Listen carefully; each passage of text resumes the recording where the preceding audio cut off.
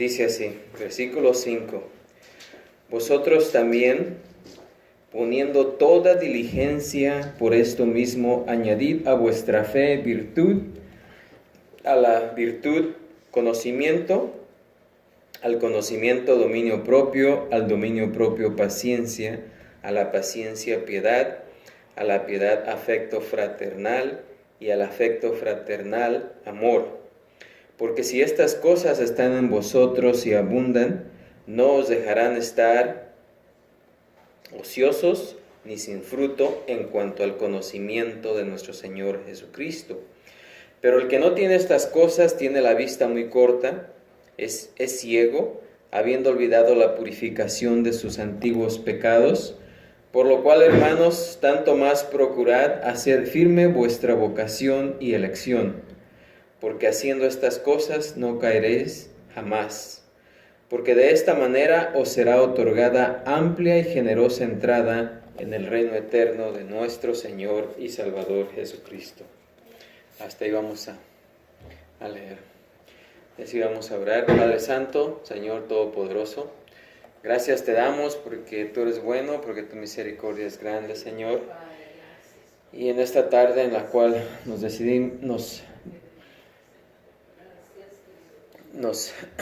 ponemos, Señor, en tus manos y nos ponemos, Señor, a estudiar este pasaje en tu palabra. Te rogamos, Señor, que tú abras nuestra mente, nuestros corazones, Señor, para que tu palabra fluya libremente a través de ellos, Señor, ya que con ese propósito nos hemos reunido en esta tarde para aprender más de ti, conocerte más, Señor, y también para poder ser más obedientes al conocer tu palabra, Señor. Ayúdanos, bendícenos, Padre Santo, y gracias te damos porque tú eres bueno, tu misericordia es grande. En el nombre de Cristo Jesús, te damos las gracias, Señor. Amén. Amén. Pueden ocupar sus lugares. Así que retomamos este pasaje donde el apóstol Pedro nos está hablando acerca de la seguridad de la salvación. Bueno, no es el tema de la carta, pero bueno, es el tema de este pasaje, pero el tema de la carta es una advertencia en cuanto a los falsos maestros y los falsos profetas. Pedro comienza su carta primeramente asegurando de dónde hemos recibido la salvación, ya que cuando entendemos cómo hemos sido salvados, podemos hacerle frente a las falsas enseñanzas que siempre van a venir diciéndonos que necesitamos algo más. Si ustedes se fijan, o si ustedes examinan las falsas religiones, siempre le agregan algo más. Es cierto que nuestros pecados fueron limpiados, dicen ellos que cuando Cristo murió en la cruz, por esa obra, por ese acto, nuestros pecados fueron limpiados. Pero que además de eso, necesitamos otra cosa. Y si ustedes se fijan, siempre le agregan algo. ¿Por qué? Porque Satanás predica mucha verdad, pero mezcla también la mentira, lo cual hace la verdad ya no tan verdadero. Así es de que, y lo más difícil para el cristiano, lo más difícil para alguien que no conoce su salvación, que no sabe la verdad acerca de la salvación, es precisamente separar la verdad de la mentira, ¿verdad? Es el discernimiento, conocer lo que en verdad es verdad de lo que es falso. Y por eso es tan difícil de distinguir, porque si Satanás viniese predicando puras mentiras, pues sería fácil de reconocer, ¿sí? Si un maestro viniese enseñando puras cosas falsas, rápido cualquier persona diría, está diciendo la mentira, está hablando mentira. Pero Satanás es astuto que él mezcla la verdad con la mentira para engañar, haciéndola difícil de discernir. Por eso el apóstol Pedro comienza con lo más importante, que es que tengamos la plena seguridad de cómo hemos sido salvados y de dónde viene nuestra salvación. Por eso él comienza su carta en el primer versículo diciendo: Simón Pedro, siervo y apóstol de Jesucristo, a los que habéis alcanzado por la justicia de nuestro Dios y Salvador Jesucristo, una fe igualmente preciosa que la nuestra. Y ahí en el primer versículo él nos dice de dónde viene la salvación. Fue Dios el que nos alcanzó. Fue Dios el que vino a buscar lo que se había perdido. Fue Jesucristo el que vino a buscarnos. Porque como dice Romanos 3, no hay justo ni siquiera uno, nadie busca a Dios. No hay ni siquiera uno que busque a Dios. Nosotros, por nuestra imposibilidad, por causa del pecado, nadie buscábamos a Dios. Pero su misericordia fue que Él vino a nosotros. Así es de que la salvación es completamente de Dios. Ya hemos estado viendo por qué algunos creyentes carecen de la seguridad de su salvación. También ya vimos que el no conocer la seguridad de nuestra salvación nos limita de disfrutar de los beneficios de nuestra salvación. Y la semana pasada comenzamos a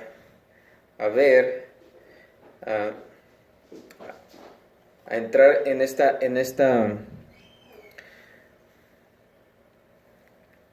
en el pasaje, ¿verdad? Analizarlo versículo por versículo y saber lo que el apóstol Pedro nos está enseñando aquí.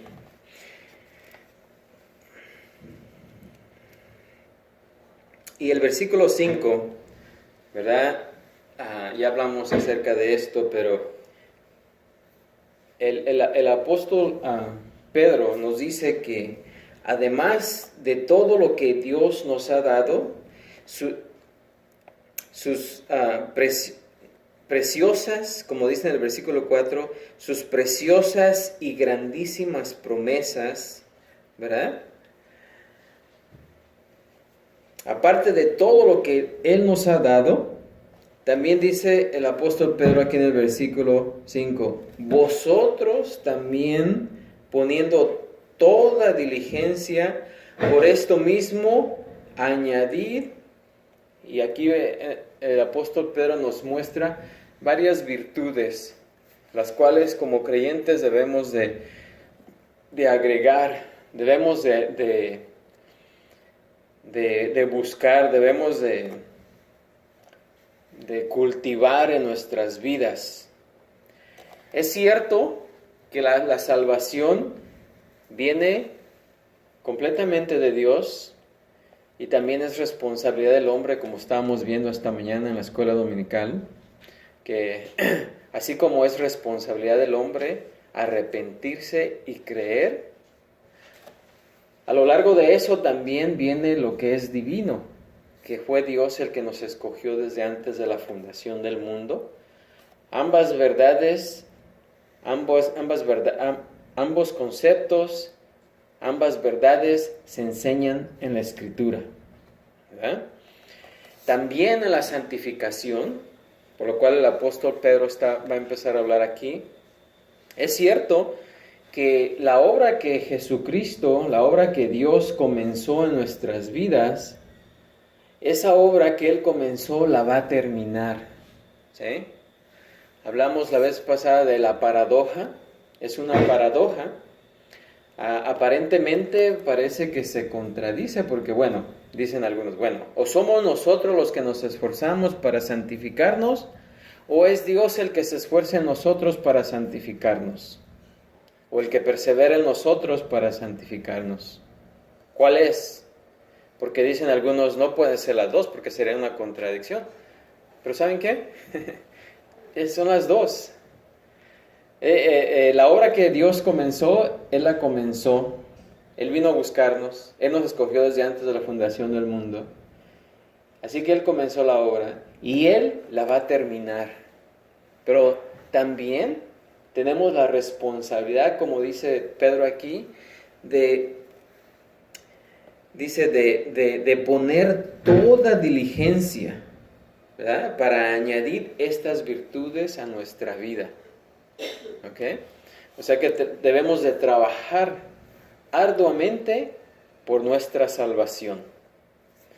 Así es de que no es contradicción, es una paradoja. Y ya empezamos a ver cuáles son estos virtudes que debemos de perseguir, que debemos de cultivar o agregar a nuestras vidas. Dice el versículo, la segunda parte del versículo 5 al versículo 7. Vosotros también, poniendo toda diligencia, por esto mismo añadid a vuestra fe virtud, a la virtud conocimiento, al conocimiento dominio propio, al dominio propio paciencia, a la paciencia piedad, a la piedad afecto fraternal y al afecto fraternal amor. Dijimos que la primera virtud es virtud y significa excelencia moral. Excelencia moral. También ya vimos la segunda virtud, que es que en el corazón de la excelencia moral, que es la virtud, está también el conocimiento. Y que el conocimiento se refiere a la verdad divina, que es el fundamento del discernimiento espiritual y la sabiduría. O sea, un conocimiento práctico. O sea, este conocimiento se refiere a que como hijos de Dios debemos de saber qué hacer, debemos de saber cómo manejar exactamente nuestras vidas. ¿Sí? Un conocimiento práctico. Algo nos sucede, como hijos de Dios, nosotros debemos, porque somos hijos de Dios, debemos de saber cómo manejar esa situación. Debemos de saber qué hacer en esa situación. Y podemos ver que muchos creyentes, cuando tienen problemas, cuando tienen tribulación, no saben qué hacer. ¿Sí? Así es de que por eso Pedro nos insta a que diligentemente, y diligentemente quiere decir poner todo nuestro esfuerzo para obtener, para obtener, para alcanzar, para cultivar este conocimiento. ¿Sí? Y esto no va a venir, como dije la vez pasada, poniendo la Biblia debajo de la almohada y durmiendo encima. ¿Sí? El conocimiento de Dios no se va a transferir, no va a ser por transferencia, ni va a ser por oración. ¿Sí? Sino que va a ser porque nos dediquemos a estudiar la Escritura. Es la única manera, no hay atajos. Si queremos saber cuál es la voluntad de Dios para nuestra vida, necesitamos estudiar la Escritura. ¿Sí? De esta manera vamos a tener este conocimiento que Pedro quiere que obtengamos, que cultivemos, que alcancemos, ¿verdad? Que es un conocimiento práctico, para entonces sí saber qué hacer exactamente en cualquier situación. De este conocimiento fluye una tercera virtud, que es el dominio propio, que literalmente significa aferrarse. Y este término se usó para los atletas que buscaban autodisciplina y autocontrol, incluso golpeando sus cuerpos hasta someterlos, así como Pablo nos enseña en 1 Corintios 9:27, cuando dice: sino que golpeo mi cuerpo y lo pongo en servidumbre, no sea que habiendo sido heraldo para otros, yo mismo venga a ser eliminado. Así que era dominio propio, la palabra usada especialmente para los atletas que para prepararse se abstenían de muchas cosas, incluso de algunos alimentos, de vino, de algunas actividades, para enfocar toda su fuerza y atención a un régimen de entrenamiento. ¿Okay? Así que eso es dominio propio. Es algo que debemos de cultivar, debemos de alcanzar, de perseguir. Una cuarta virtud esencial para perseguir es la paciencia. La paciencia, que realmente aquí se traduce como paciencia, pero significa perseverancia, ¿sí?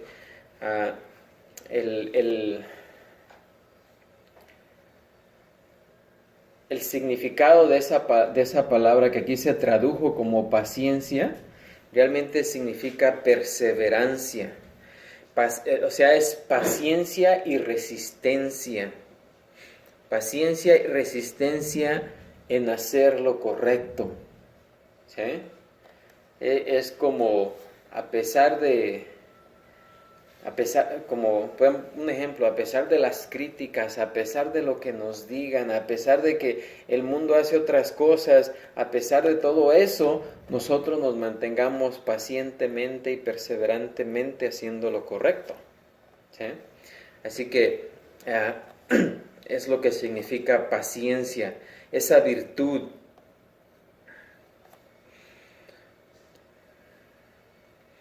Es una palabra que se refiere a permanecer fuerte en labores no deseadas y dificultades. Pablo dice en Romanos 5:3, y no solo esto, sino que también nos gloriamos en las tribulaciones. O sea, es no solamente perseverar en las tribulaciones, sino aún gloriarse en ellas, sabiendo que la tribulación produce paciencia, y la paciencia prueba, y la prueba esperanza. O sea, el cristiano debe estar consabido que cuando venga una tribulación, no solamente debemos dar gracias a Dios por esa tribulación, sino que debemos de perseverar a través de esa tribulación, sabiendo que lo que estamos pasando no es para nuestra destrucción, sino al contrario es para fortalecernos y para conocer aún más profundamente a Dios, ¿sí? Porque cuando todo va bien, cuando todo está bien, ¿qué crecimiento tenemos ahí? No hay ningún crecimiento cuando todo marcha bien, pero realmente crecemos cuando viene la dificultad. Dijo alguien que qué significa, cómo se podía tener, cómo podríamos no tener miedo. Y dice, valor. ¿Cómo se puede tener valor? ¿O qué es el valor? Bueno, el valor es tener miedo y hacer precisamente lo que nos da miedo, lo que nos da temor, porque sin el temor no hay valor, ¿sí? Una persona no podría expresar que es valiente si no existe el temor, ¿sí? Así es de que esta persona, a pesar de su temor, a pesar de su miedo, persevera a través de él, y por eso decimos que esa persona es una persona valiente, ¿sí? Y lo mismo sucede con el cristiano, con el Hijo de Dios, ¿verdad? Así que este término de paciencia significa eso, perseverar aún en las circunstancias difíciles.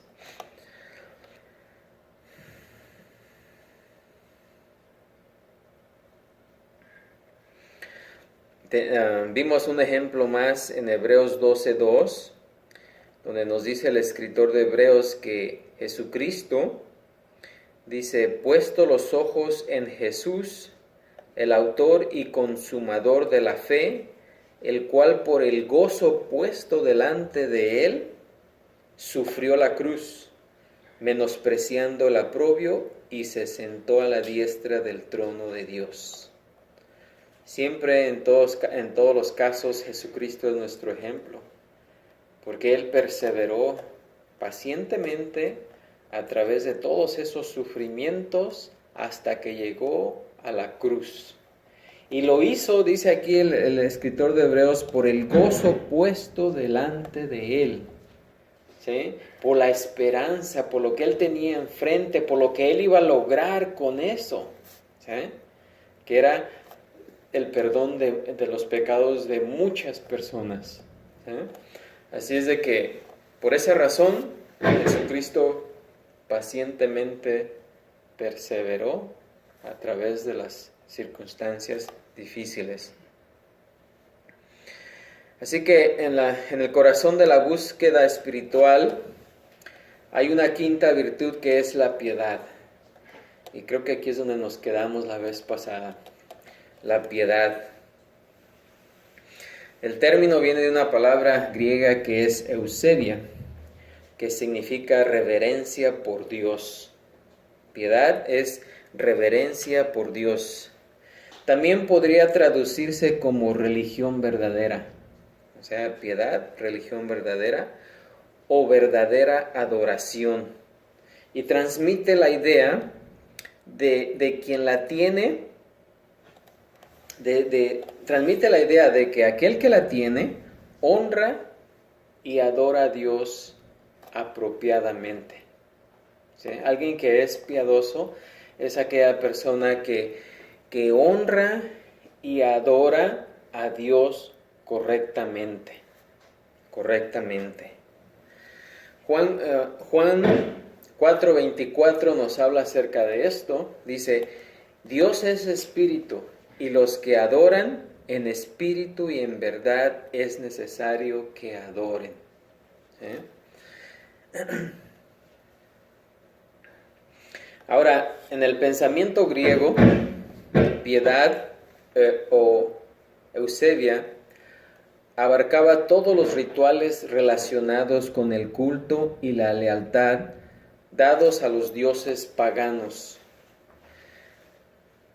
O sea, respeto hacia todo lo divino. Los primeros cristianos santificaron las definiciones griegas de la palabra y las dirigieron al único Dios verdadero y Padre del Señor Jesucristo. El apóstol Pablo instruyó a Timoteo que tal reverencia hacia Dios es la más alta, o debe ser la más alta prioridad debido al valor eterno que tiene. ¿Sí? La piedad, escribió Pablo en 1 Timoteo 4:8, dice, para todo aprovecha, pues tiene promesa de esta vida presente y de la venidera. ¿Sí? Así que eso es lo que significa piedad. Honrar y adorar a Dios correctamente. Y esa es una virtud que debemos de fomentar, que debemos de cultivar, que debemos de perseguir. Del flujo de la reverencia vertical hacia Dios en cada área de la vida viene una virtud horizontal que es el afecto fraternal. Nos dice Pedro, el afecto fraternal. El compañero del afecto por Dios es el afecto por los demás. O sea, no podemos decir que amamos a Dios y odiamos a nuestro semejante. No existe no existe tal cosa. ¿Sí? Porque si decimos que amamos a Dios, debemos de amar ¿qué? A nuestro semejante. ¿Amén? Así que de esa reverencia vertical, o sea, hacia Dios, en cada área de la vida, viene la virtud horizontal, ¿verdad? El afecto fraternal. Dice Pablo en Gálatas 5:14, porque toda la ley en esta sola palabra se cumple. ¿Amarás a quién? A tu prójimo, como a ti mismo. Pedro sin duda recordó lo que Jesús le había dicho a los líderes religiosos. Allá en Mateo 22:35 dice: y uno de ellos, intérprete de la ley, preguntó por tentarle diciendo: Maestro, ¿cuál es el gran mandamiento en la ley?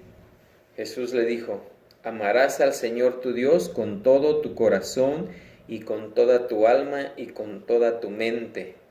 Este es el primero y grande mandamiento.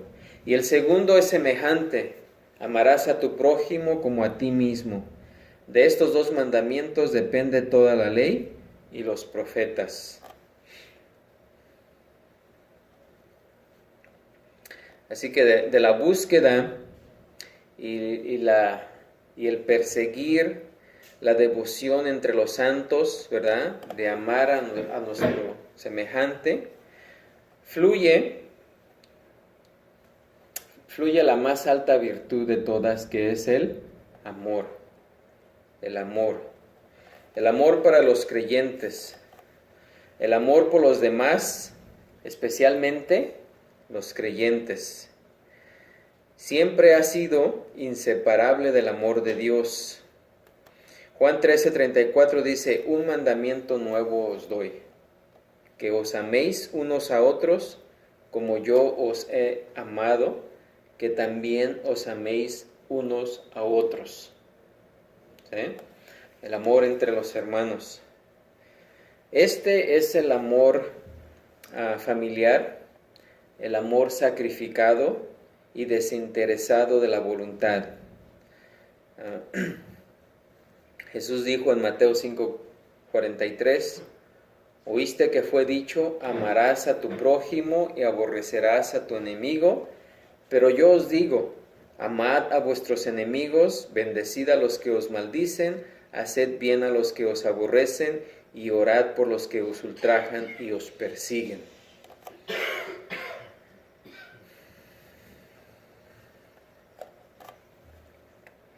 Así es de que ahí tenemos lo que cada virtud significa, para que no digamos, pues no sé qué hacer. ¿Verdad? No sé lo que Pedro nos está indicando aquí. Nos dice que debemos de tener virtud, conocimiento, pero ¿qué clase de conocimiento, no? Dominio propio, pero ¿qué significa el dominio propio? Paciencia, pero ¿qué clase de paciencia? ¿Sí? Piedad, ¿qué clase de piedad? ¿Qué significa piedad? Afecto fraternal, ¿verdad? ¿Qué es eso, verdad? Pues aquí ya hemos dado una breve explicación de lo que significa cada virtud, ¿verdad? Y terminando con el amor, que es la virtud más grande. La virtud más grande.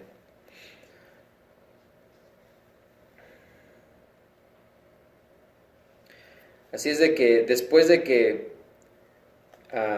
Pedro nos menciona las virtudes que debemos de perseguir, el versículo 8 y el versículo 9, o en esos dos versículos, el apóstol Pedro nos presenta dos opciones.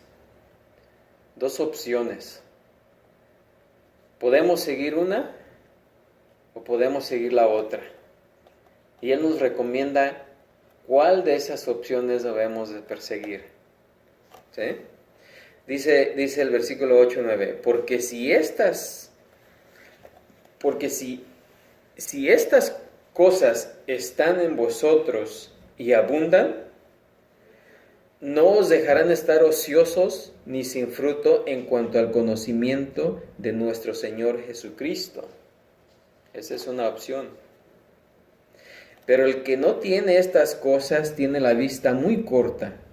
Es ciego, habiendo olvidado la purificación de sus antiguos pecados. Así que esas son dos opciones.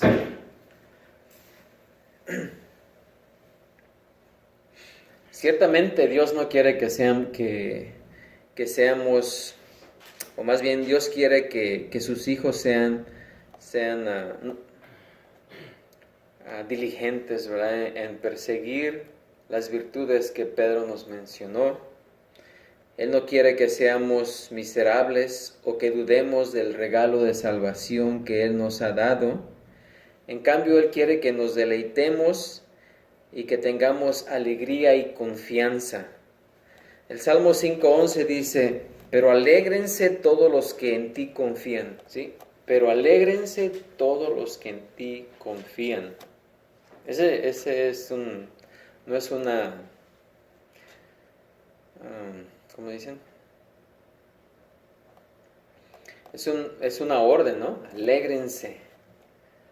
No es una opción o no es una sugerencia, sino es algo que como hijos de Dios debemos de hacer, estar alegres, estar alegres.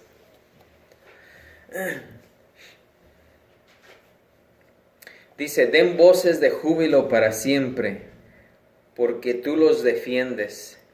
En ti se regocijen los que aman tu nombre.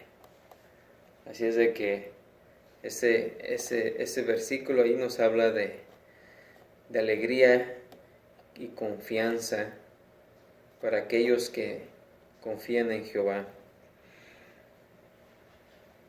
Ahora, si como hijos de Dios debemos disfrutar plenamente de nuestra seguridad como Dios lo desea, debemos de considerar estas dos opciones que presenta Pedro en este pasaje y elegir la positiva en lugar de la negativa. ¿Cuál es la positiva? ¿Cuál es la que recomienda Pedro?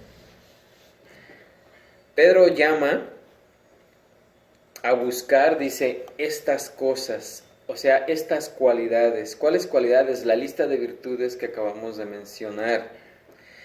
Y establece el resultado de hacerlo. Nos dice, ¿qué pasa si lo hacemos? La frase, están en vosotros y abundan, ¿sí? O sea, si estas cualidades están en vosotros y abundan, es una fuerte expresión extraída de dos verbos, participios, de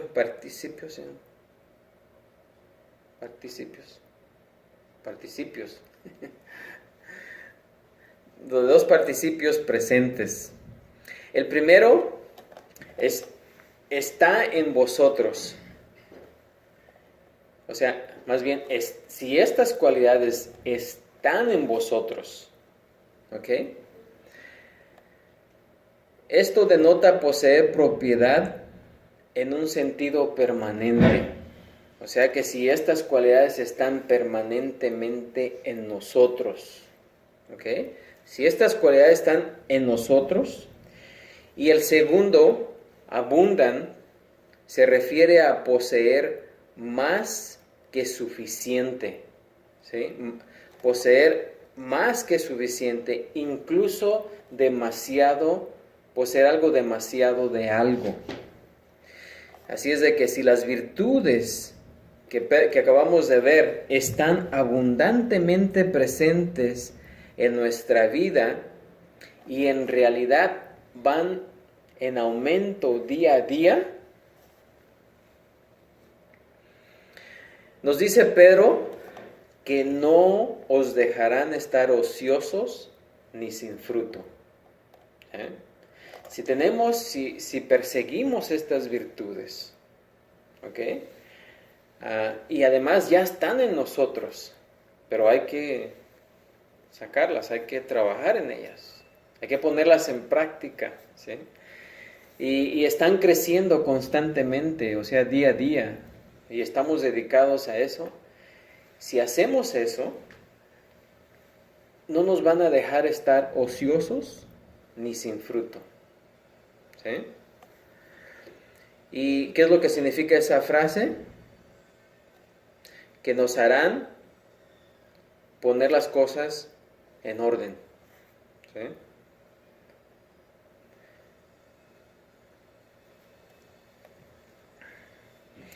Ahora, ¿qué significa ociosos? No os dejarán estar ociosos. ¿A qué se refiere ociosos? Ociosos significa inactivo o sin hacer algo. Cuando esta palabra se emplea en el Nuevo Testamento, siempre describe algo inservible o inoperante. En Mateo 26 se usa esa misma palabra cuando dice, y saliendo cerca de la hora 11, halló a otros que estaban desocupados. Y les dijo, ¿por qué estáis aquí todo el día desocupados? ¿Sí? Esa es la palabra ociosos o inactivos. Eso es lo que significa ociosos. Sin fruto, ¿qué significa sin fruto? Significa estéril. Se usa a veces en relación con la incredulidad o la apostasía. Por ejemplo, Pablo advirtió contra las obras infructuosas, ¿sí? La palabra infructuosas en Efesios 5:11, de las tinieblas, ¿sí? O sea, es algo infructuoso, que no tiene fruto, sin fruto. Judas describió a los apóstatas como árboles otoñales sin fruto, ¿verdad? 2 veces muertos y desarraigados, allá en Judas 12. Mateo 13:22 y Marcos 4:19 usan la palabra cuando registran la descripción de Jesús de los creyentes, o cuando se refiere a los creyentes superficiales en la parábola del sembrador.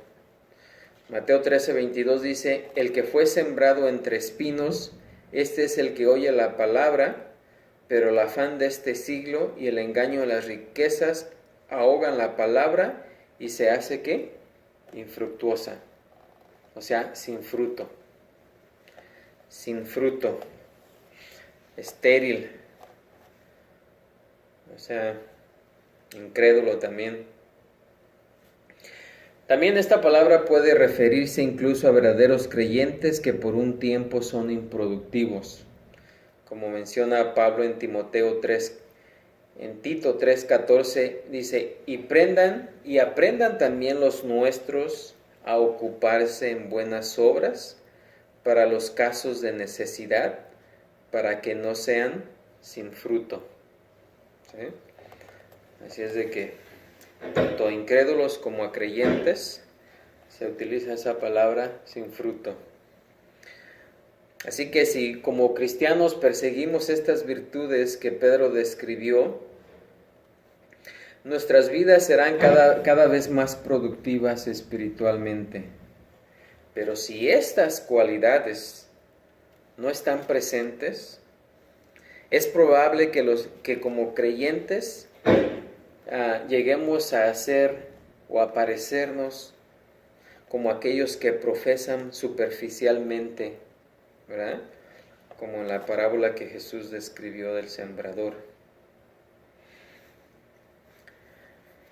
La siguiente frase, o el uso de la siguiente frase, que dice, en cuanto al conocimiento de nuestro Señor Jesucristo, demuestra que Pedro se está dirigiendo ¿a quién?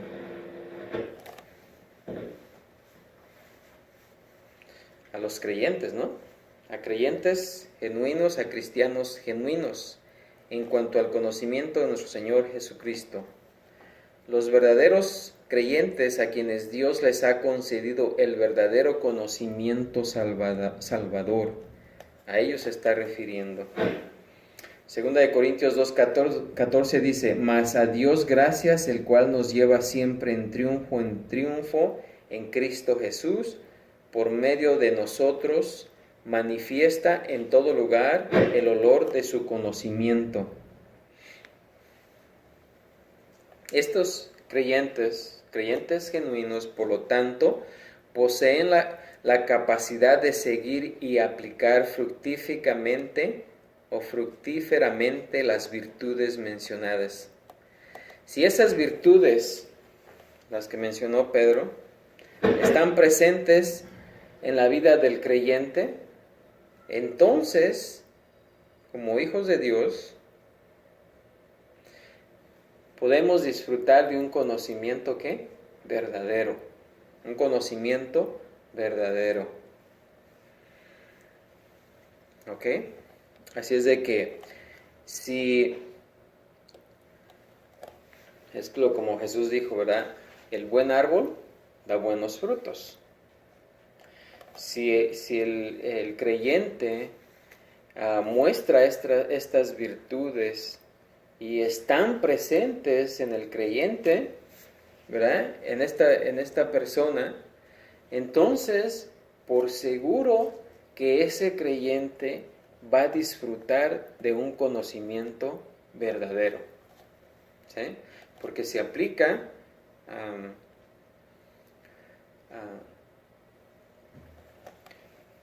y esta palabra siempre se me está olvidando, fomentar o cultiva, esa se me olvida esa palabra, y cultiva constantemente estas virtudes, entonces este hermano o hermana va a disfrutar de un conocimiento verdadero, ¿sí? Porque se da la tarea de perseguir y aplicar estas virtudes. Lógico, ¿no? Ahora, por otro lado, Pedro nos presenta la otra opción, que es una opción negativa que debemos de evitar, o que debían de evitar a quienes iba dirigida esta carta. Bueno, iba dirigida a aquellos cristianos que estaban siendo perseguidos, pero por extensión pues también nos llega a nosotros, ¿no? Si alguien que profesa fe en Cristo y no persigue estas virtudes y el fruto, ¿verdad? Dice Pedro, pero el que no tiene estas cosas, dice, tiene la vista muy corta, es ciego.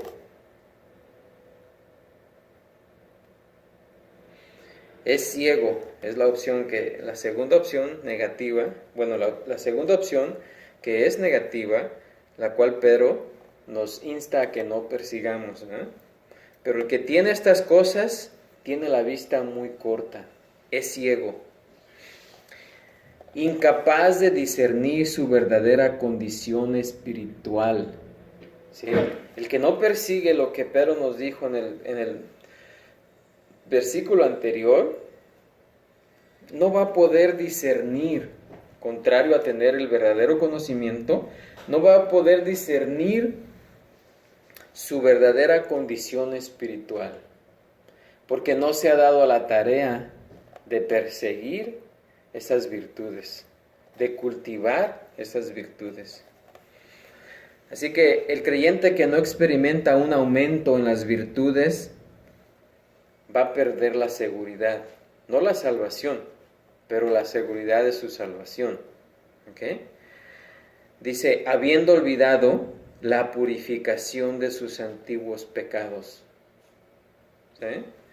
Se va a olvidar de que Cristo lavó sus pecados.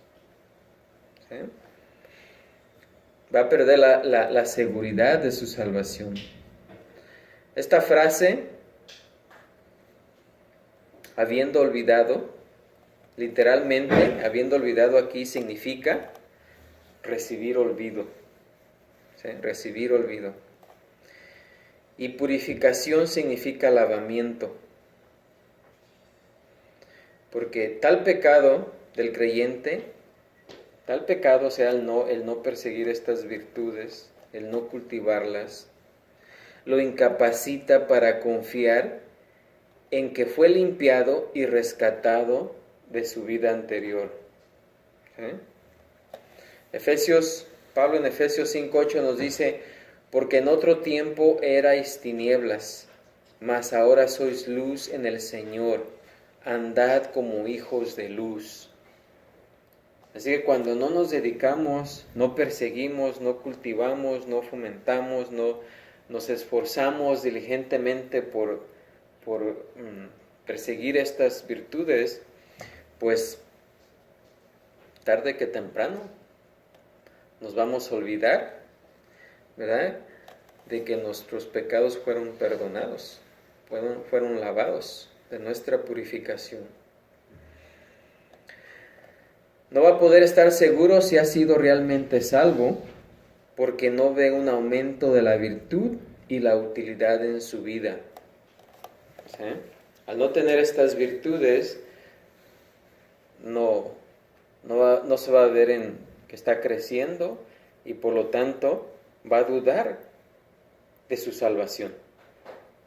¿Sí? Porque lógicamente tenemos que crecer, no nos podemos quedar estancados. Todo lo que se dicen por ahí, todo lo que se estanca apesta. Así que si nos quedamos estancados, vamos a apestar. ¿Sí? No podemos quedarnos estancados. Tenemos que ir en constante crecimiento. Y al estar en constante crecimiento vamos a saber que verdaderamente somos hijos de Dios. Pero alguien que está estancado, y no solamente estancado, sino que empieza a retroceder, va a empezar lógicamente que va a dudar de su salvación. Va a tener dudas de que si realmente es hijo de Dios. ¿Sí? Así que para que eso no suceda, Pedro nos dio la primera opción. Y es la que debemos de seguir. La primera opción del versículo 8. ¿Verdad? Así es de que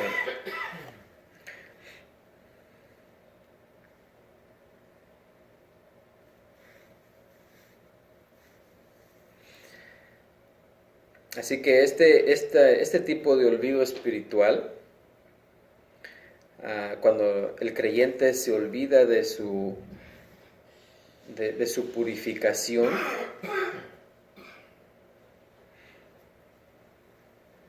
eventualmente empieza a repetir sus viejos pecados.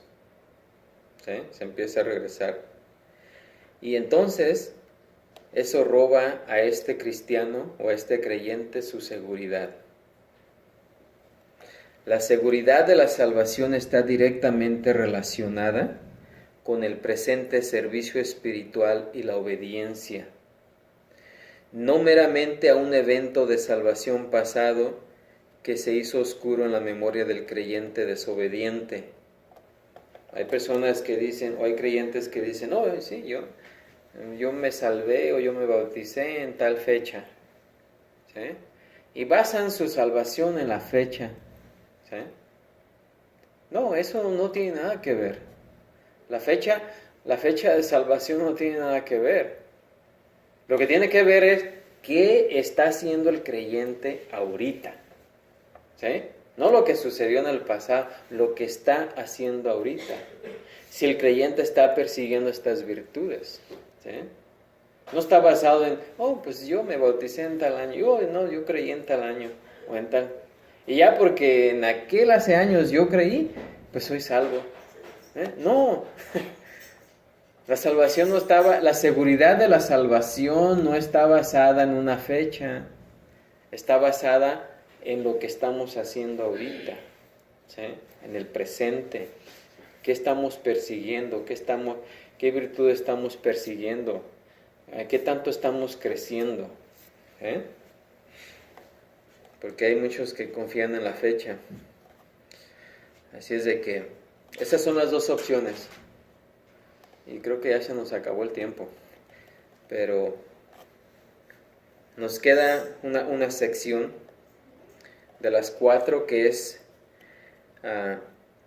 después de que Pedro nos indica el esfuerzo o dónde debemos poner nuestro esfuerzo, nos indica las virtudes que debemos de perseguir, ¿verdad? Y nos da estas dos opciones. también Pedro nos presenta qué beneficios nos han sido prometidos. ¿Ok? Y porque sería bueno terminar de una vez, vamos a terminar. Okay. Que es el último versículo, los dos últimos versículos 10 y 11 dice, por lo cual, hermanos, ¿verdad? Por lo cual, ya lo que nos ha mencionado Pedro, ¿verdad? Por lo cual, o sea, por las virtudes que nos mencionó, las opciones que nos presentó, dice, por lo cual, hermanos, tanto más procurad hacer firme vuestra vocación y elección. ¿Sí? Porque ya Pedro nos habló de esas cosas, dice, por lo cual, hermanos, tanto más procurad hacer firme vuestra vocación y elección, porque haciendo estas cosas, dice, no caeréis jamás, porque de esta manera os será otorgada amplia y generosa entrada en el reino eterno de nuestro Señor y Salvador Jesucristo. ¿Sí? Así que ahí nos da unas promesas, que si hacemos esto, vamos a obtener esto. ¿Sí? Son promesas que vienen de hacer lo que Pedro nos ha mencionado anteriormente.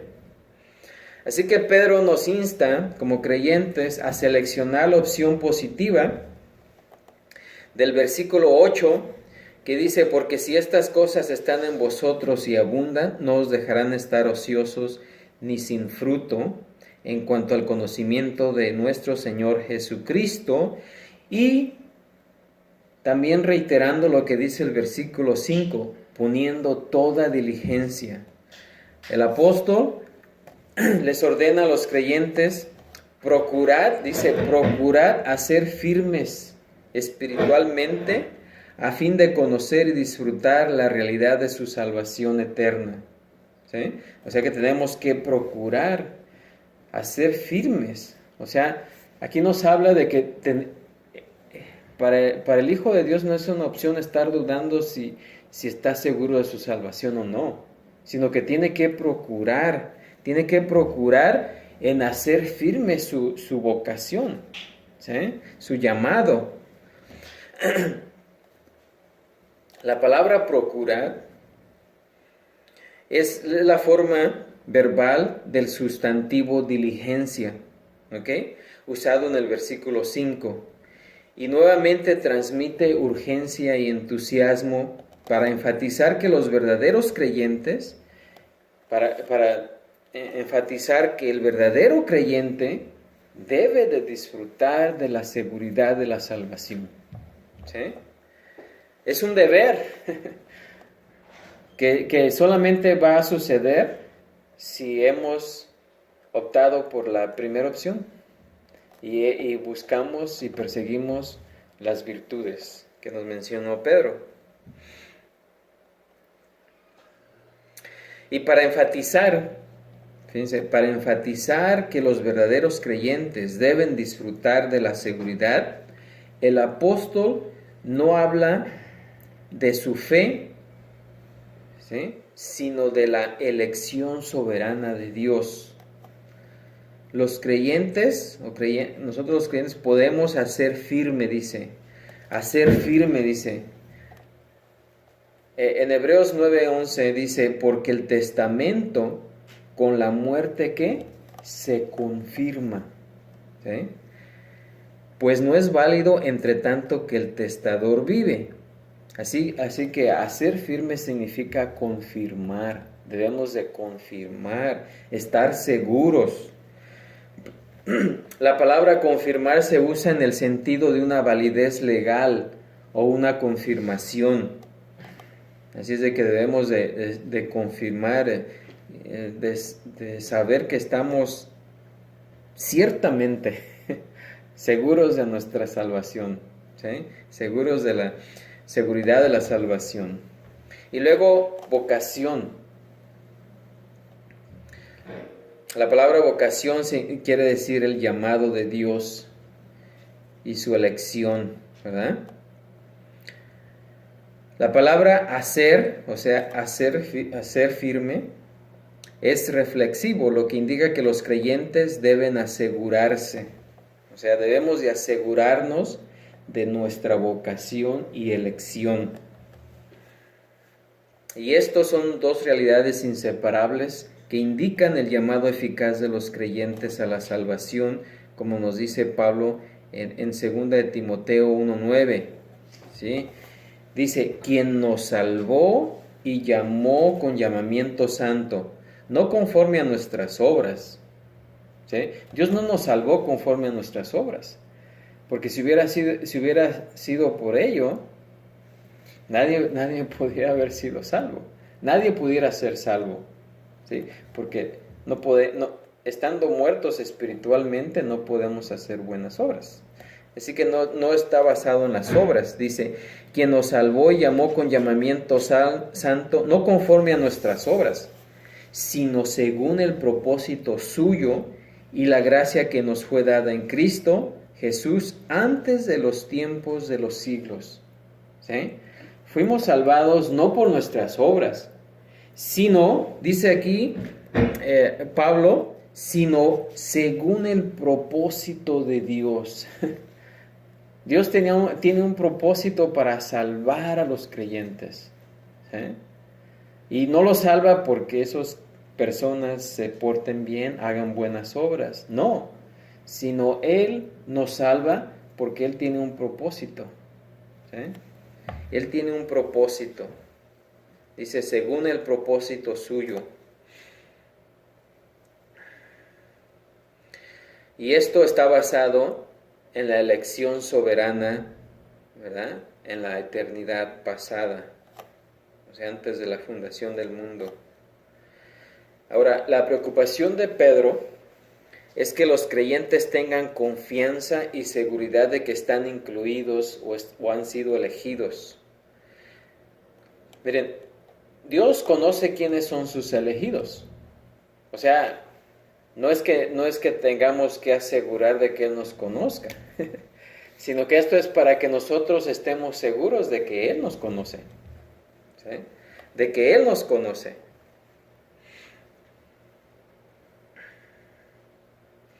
Y entonces disfrutar del conocimiento de que somos suyos. Porque si estamos dudando si seremos o no seremos, ¿qué gozo hay en la duda? No hay gozo en la duda, ¿no? Pero cuando conocemos claramente, firmemente, de que somos sus hijos, entonces sí vamos a tener gozo. ¿Sí?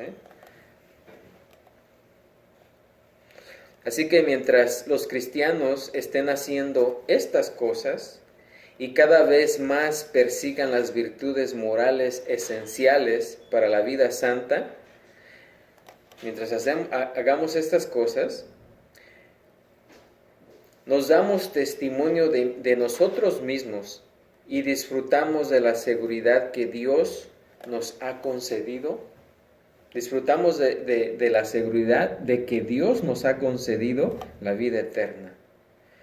Hebreos 6:11 dice, pero deseamos que cada uno de vosotros muestre la misma solicitud hasta el fin.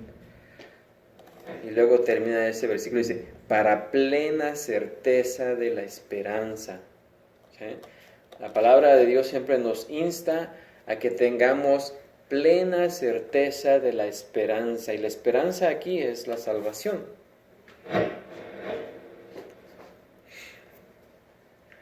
Ahora, la palabra siendo se refiere al patrón de la conducta diaria.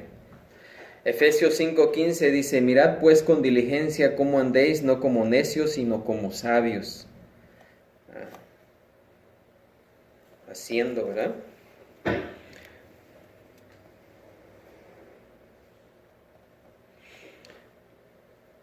Al hacer firme vuestra vocación.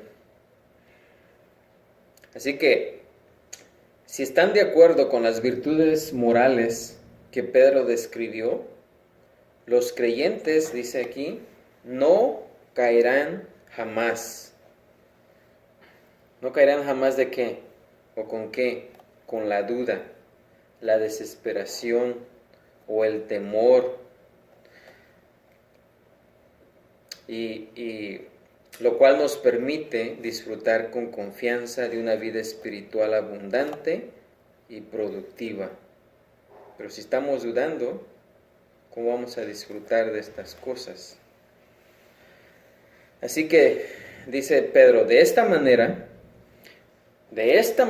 volviéndose a referir otra vez a la búsqueda constante de la santidad, las bendiciones de seguridad y perseverancia que llegan a los creyentes, dice Pedro que como resultado de eso, dice, os será otorgada amplia y generosa entrada en el reino eterno de nuestro Señor y Salvador Jesucristo.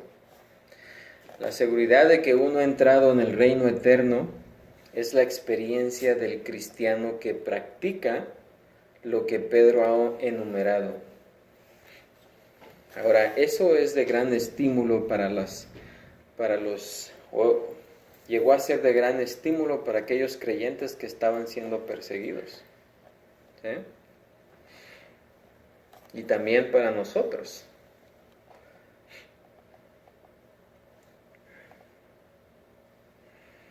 Ningún creyente necesita vivir con la duda con respecto a la salvación, pero puede tener una garantía amplia, dice Pedro, y generosa en el presente. Una rica recompensa celestial en el futuro también puede ser implícita, como nos dice Apocalipsis 22:12, dice, he aquí yo vengo pronto y mi galardón conmigo para recompensar a cada uno según sea su obra. Así que el Señor, cuando venga, va a recompensar a sus hijos en base a ¿qué? A su fiel búsqueda de la justicia.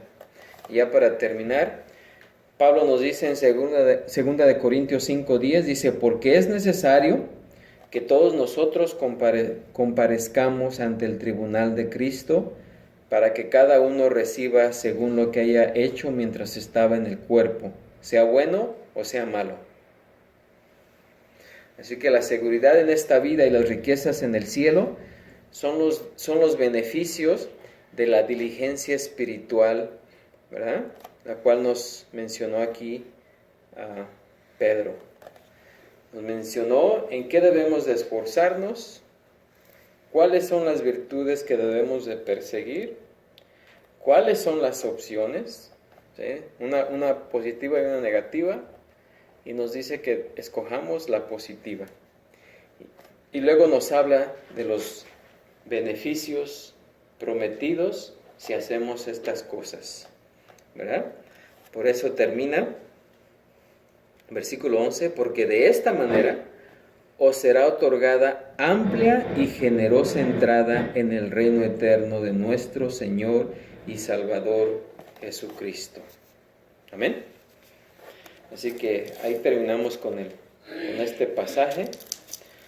Espero que pues pongamos en acción, busquemos, persigamos estas virtudes que nos menciona Pedro. Amén. Vamos a ponernos de pie y así ser despedidos en esta tarde, orando. Padre Santo, Señor Todopoderoso, gracias, Señor, te damos porque tú eres bueno, porque tu misericordia es grande, Señor. Gracias, Señor, por tu palabra. Te rogamos, Señor, que nos ayudes, y sabemos que tú nos ayudas y que tú quieres ayudarnos para que nosotros pongamos en práctica lo que el apóstol Pedro nos indicó aquí, que busquemos estas virtudes para que estemos constantemente trabajando en ellas y creciendo en ellas, Señor.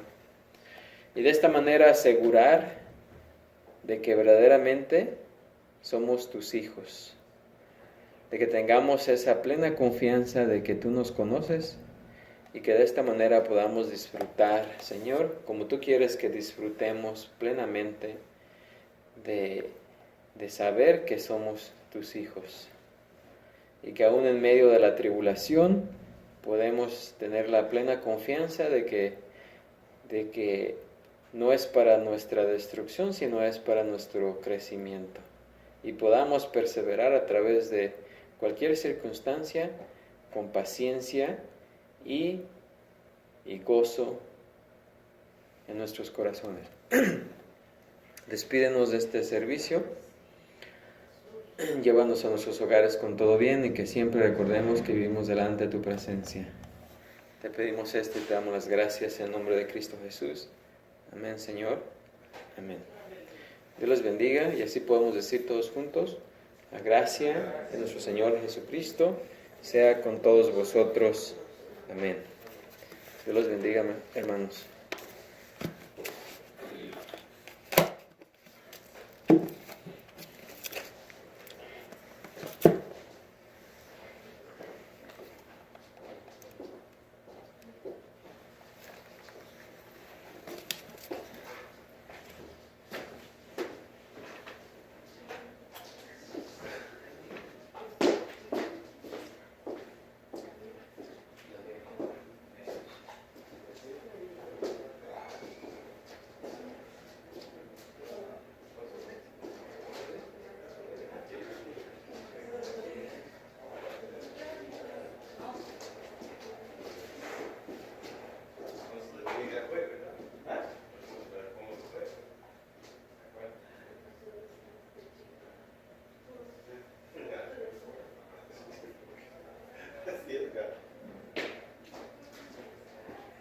That's the guy who's not the guy, but who is the other guy?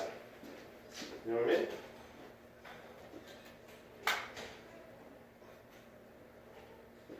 That's